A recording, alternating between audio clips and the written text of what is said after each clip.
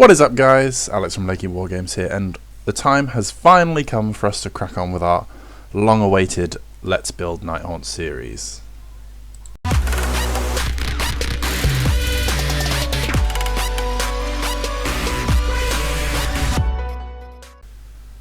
Now, if you didn't know, this is episode 2 of the Let's Build series, despite it being more of an intro-ish type feel video.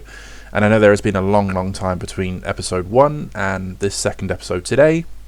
Unfortunately, I suffered a bit of outside hobby misfortunes, life not being so kind to me, and it kind of stopped all my plans in place, and thus I pushed everything back until I could come back to it fully.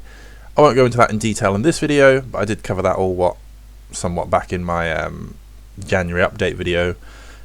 I'll link that and Nighthaunt Episode 1 down below for you guys to check out, and I'll also put down links to my social media pages, the Lakey Wargames Facebook page and my Instagram page, where I speak more about these topics, you know, what's going on outside of hobby, you know, as things come around, if things are going to be delayed, when things are coming out, and I share a lot of my non-YouTube work, so a lot of behind the scenes stuff. If you guys would be interested in that, it'll all be down below. So, to crack on, Nighthaunt Let's Build Episode 2. In the time that has passed since making episode 1, a few things have changed in my approach to this, but fundamentally these are purely cosmetic changes and are not how we're going to approach this video build series. If you watched episode 1, in episode 1 we wanted to make a fully fledged Nighthaunt collection, not just make and build an army list, and this we'll still be doing. But now I have the idea to make like a whole fluff backstory behind the army, as well as just growing just a model collection and making them look good. This means we can come up with lots of different character ideas, writing short stories for us to build the army around, and it will act as a way for us to make more fun and thematic conversions throughout the army as we go. That said, I will be replacing the theme of the blood bases, which we were originally going to do, and instead I'm going to do a water effect bases.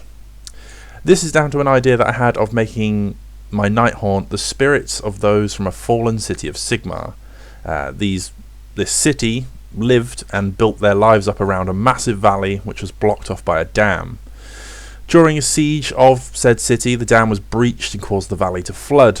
Sigmar, seeing that the fight was a lost cause, decides to retreat his forces and save those only who he certainly could, without greater risk to losing more, leaving thousands of people left within the city to struggle to escape, causing a great many to drown, trapped within the city walls during the invasion.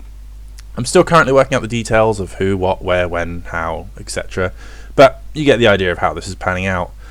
I just wanted to throw in the fact that I'm not massively well versed in the lore of the AOS setting. I know my fair share, but I still have so much to learn, which, as we flesh out this idea and it comes to life, I'm sure we can adjust things as we go, if I maybe get them wrong or they're not quite attuned to the lore, etc.